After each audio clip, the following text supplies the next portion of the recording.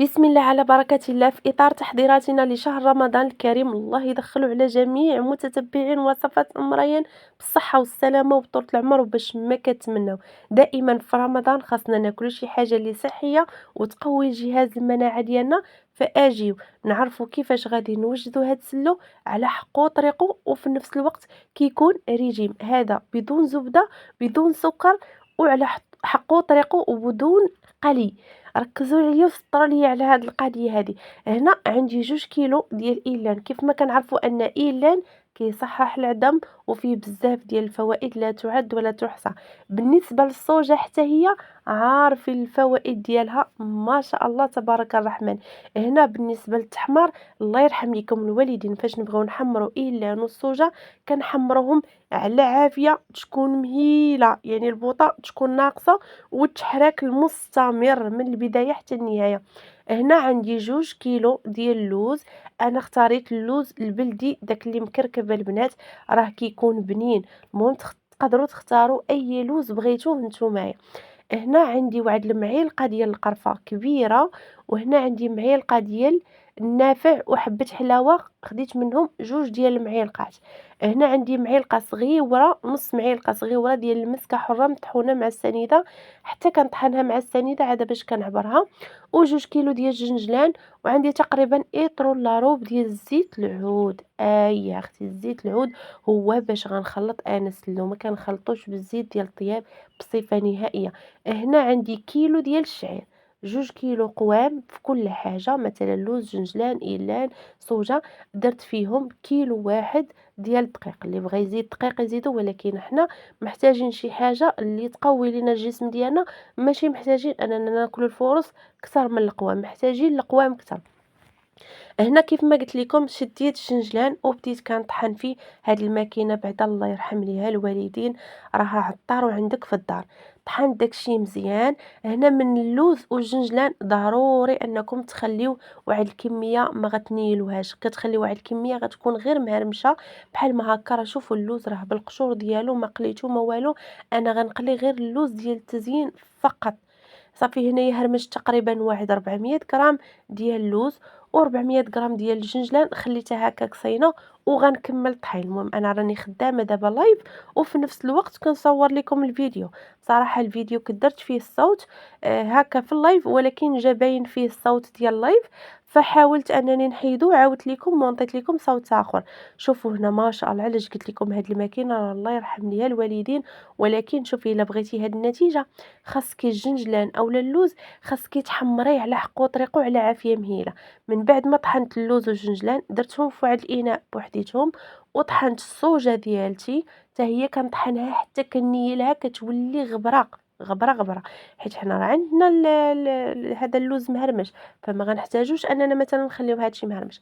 هنا من بعد ما طحنت الصوجه وايلان وغربلتهم في هاد الغربال اللي كيكون العيون ديالو رقيقه، ها هو شفتو بحال ما هكا غربلي فيه.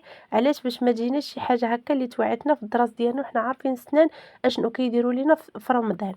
هنا هذاك اللوز والجنجلان ها هما مطحونين في اناء بوحدو. هنا عندي اللوز مهرمش بوحدو. هنا عندي النافع وحبه حلاوه والقرفه والمسكه الحره. هنا شوفوا ركزوا معايا مزيان الله يرحم لكم الوالدين باش هاد السلو ما يعذبكمش بصفه نهائيه. هنا كيف ما شفتوا فين كاينه عندي الصوجه والا مغربلين، غربلت فوق منهم حتى الشعير، كنعتذر عفوا.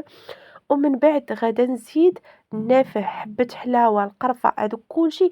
هنا غنخلط داكشي اللي ناشف كامل، خاصو يتخلط هنا في هاد البانيو بوحديتو.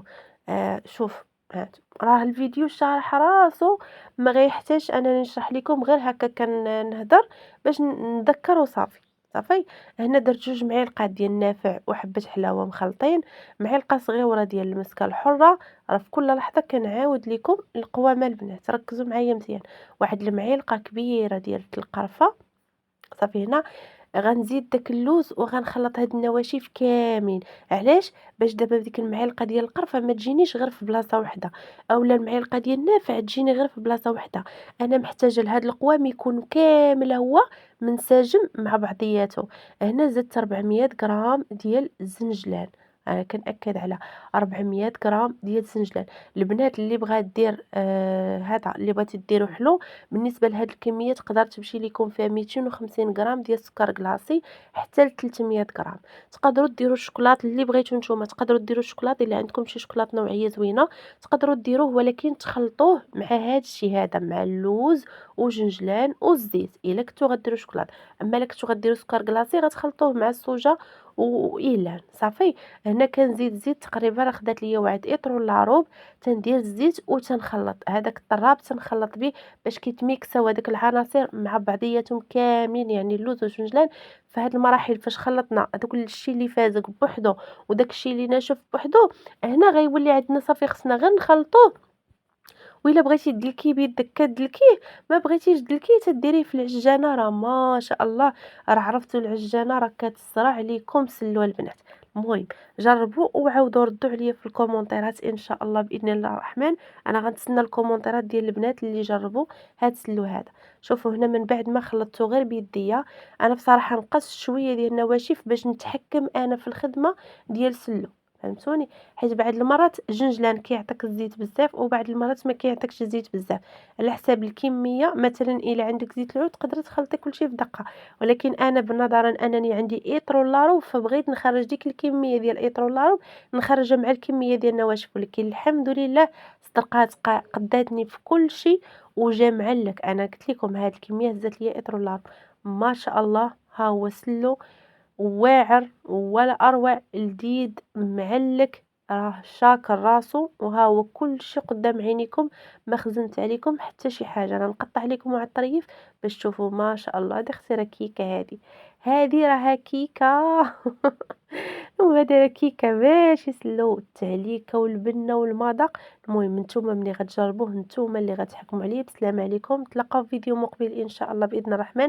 البنات عافاكم تفاعلوا مع بحال هاد الفيديوهات، البنات اللي جربوا وصفاتي تفاعلوا مع بحال هاد الفيديوهات باش نبقى مره نبارطاجيو معكم. يلا بسلام عليكم ودوزو بخير.